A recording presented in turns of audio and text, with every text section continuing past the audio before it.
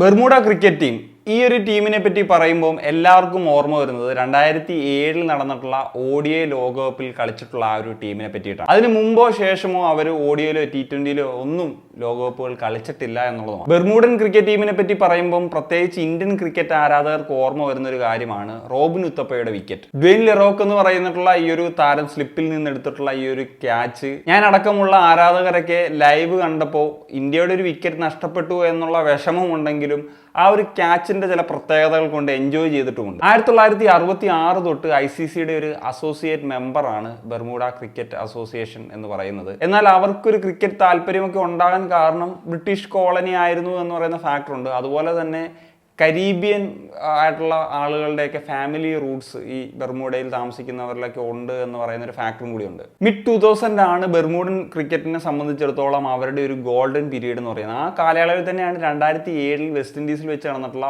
ODI world കപ്പിലേക്കുള്ള ഒരു യോഗ്യത അവർ നേടിയെടുക്കുന്നത്.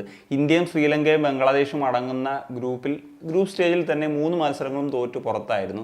ബെർമുഡയ്ക്ക് പുറമെ ആ ഗ്രൂപ്പിൽ നിന്ന് പുറത്താകുന്ന മറ്റൊരു ടീം ഇന്ത്യ ആയിരുന്നു. ICC അമേരിക്ക ചാമ്പ്യൻഷിപ്പ് എന്ന് പറയുന്ന ഒരു ടൂർണമെന്റ് മുമ്പ് ഉണ്ടായിരുന്നു. അമേരിക്കയിലെ അത്ര അഫിലിയേറ്റഡ് അല്ലാത്ത ക്രിക്കറ്റ് രാജ്യങ്ങളൊക്കെ തമ്മിൽ കളിക്കുന്ന ഒരു ടൂർണമെന്റ് ആണ്. ആ ഒരു ടൂർണമെന്റിൽ 2006 ചാമ്പ്യൻസ് ആയിട്ടുള്ള ഒരു ടീം കൂടിയാണ് ബെർമുഡ. ICC വേൾഡ് കപ്പ് കളിച്ചിട്ടുള്ള ഏറ്റവും ചെറിയ രാജ്യവും ഏറ്റവും ജനസംഖ്യ കുറഞ്ഞ രാജ്യവും കൂടിയായിരുന്നു ബെർമുഡ.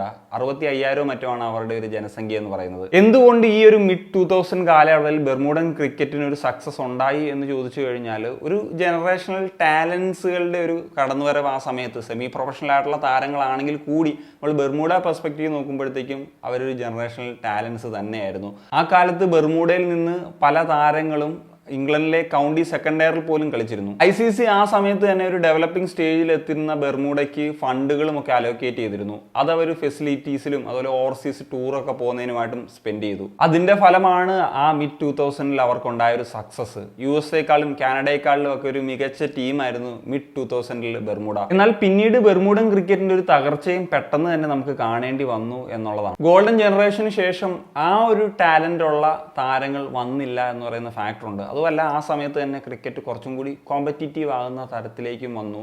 പല പുതിയ രാജ്യങ്ങളും എമേർജ് ചെയ്തു. അഫ്ഗാനിസ്ഥാനും അയർലൻഡ് നേപ്പാളും പോലെയുള്ള രാജ്യങ്ങളൊക്കെ പെർഫോമൻസ് വീക്ക് ആയപ്പോൾ ICCയുടെ സൈഡിൽ നിന്നുള്ള ഫണ്ടും അവർ റെഡ്യൂസ് ചെയ്തു. അതും അവരെ സംബന്ധിച്ചിടത്തോളം വലിയൊരു തിരിച്ചടിയായി മാറി. പിന്നെ ഓൾറെഡി സെമി പ്രൊഫഷണൽ ആയിരുന്നു അവരെ സംബന്ധിച്ചിടത്തോളം ക്രിക്കറ്റ് എന്ന് പറഞ്ഞാൽ. എന്നാൽ പല ജോബുള്ളവരും അങ്ങനെ സെമി പ്രൊഫഷണൽ ആണെങ്കിൽ കൂടി ഒരു ലെസ് പ്രയോറിറ്റി എന്ന നിലയിലേക്ക് ക്രിക്കറ്റ് മാറി എന്നുള്ളതാണ്. പിന്നെ ബെർമുഡയിൽ ക്രിക്കറ്റിനേക്കാൾ കൂടുതൽ ഫുട്ബോൾ പോപ്പുലർ ആകാൻ തുടങ്ങി. അതിന് ചില റീസൺസ് ഉണ്ട്. കൂടുതൽ സ്കോളർഷിപ്പ് കിട്ടാനുള്ള സാധ്യതയും അതുപോലെ ഓവർസീസ് ലീഗിൽ പോയി കളിക്കാനുള്ള സാധ്യതയും ഒക്കെ ഫുട്ബോൾ വന്നതോടുകൂടി ഫുട്ബോൾ ക്രിക്കറ്റിനേക്കാൾ അവിടെ പോപ്പുലറായി മാറി. ഇതൊക്കെയാണ് പെട്ടെന്ന് ആളിക്കത്തി പെട്ടെന്ന് അണഞ്ഞുപോയ ബെർമുഡയുടെ ഒരു ചെറിയ ചരിത്രം. ഇനി ബെർമുഡ ക്രിക്കറ്റിനൊരു തിരിച്ചുവരവ് ഉണ്ടാകുമോ? എന്താണ് നിങ്ങളുടെ അഭിപ്രായങ്ങൾ? തീർച്ചയായിട്ടും കമ്പോസ് എഴുതാം. മറ്റൊരു കാണിക്കും ഞാൻ വിഷയം സൈനിക.